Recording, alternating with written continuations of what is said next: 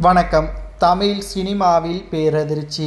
தமிழ் சினிமாவில் இயக்குனர் இமயம் என்று அழைக்கப்படக்கூடிய பாரதி ராஜா அவர்கள் கடந்த சில மாதங்களாகவே உடல்நலை குறைவின் காரணமாக மருத்துவமனையிலேயே அனுமதிக்கப்பட்டுள்ளார். கிட்டத்தட்ட தமிழ் சினிமா என்பது ஒரு செட்டுக்குள்ளேயே படங்களை இயக்கி வந்த நிலையில் இயக்குனர் இமயம் பாரதி ராஜா அவர்கள் தமிழ் திரையுலகிற்கு வந்த பிறகுதான் கிராமங்களுக்கு சென்று நேரடியாக ஒளிபரப்பாகக்கூடிய கதைக்களத்தை தேர்வு செய்து 100 நாட்களுக்கு மேல் ஓடக்கூடிய திரைப்படங்களாக மாற்றினால் பல இளம் நடிகைகளையும் அறிமுகமான கதாநாயகிகளுக்கு வாய்ப்புகளை வழங்கி இயக்குனர் இமயம் என்ற பெயரையும் பெற்றார்.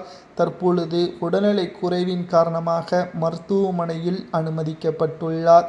அவரது உடல்நிலை எப்படி இருக்கிறது, மிகவும் மோசமான நிலைமைக்கு மாறியதற்கு காரணம் என்ன என்று நாம் பார்க்கும் பொழுது, சமீபத்தில் அவரது மகன் உயிரிழந்தார். அது மட்டுமல்ல, இவரது மறைவு இயக்குனருக்கு மிகப்பெரிய ஒரு பாதிப்பை ஏற்படுத்தியது.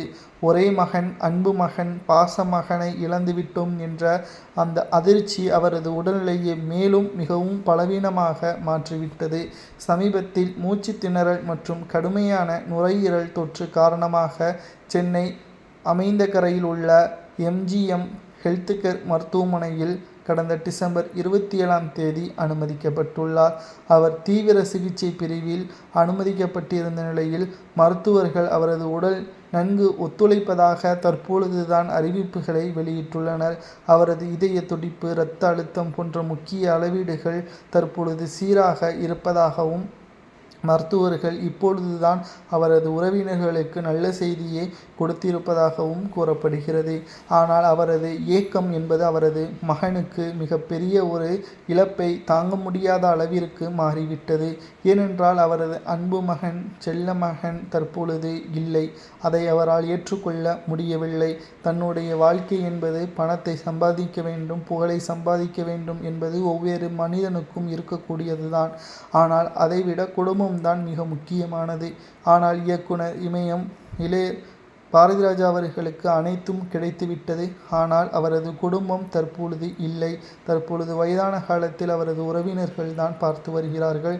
பல புகழையும் பணத்தையும் பெற்றுக்கொண்ட இமயம் பாரதி ராஜா அவர்களது நிலைமை தற்பொழுது மிகவும் மோசமாக இருப்பதாக மருத்துவர்கள் வெளியிட்டுள்ள அறிவிப்புகளுக்கு பிறகு தற்பொழுதுதான் நல்ல செய்தி வந்துள்ளதாகவும் தகவல்களை நம்மால் பார்க்க முடிகிறது.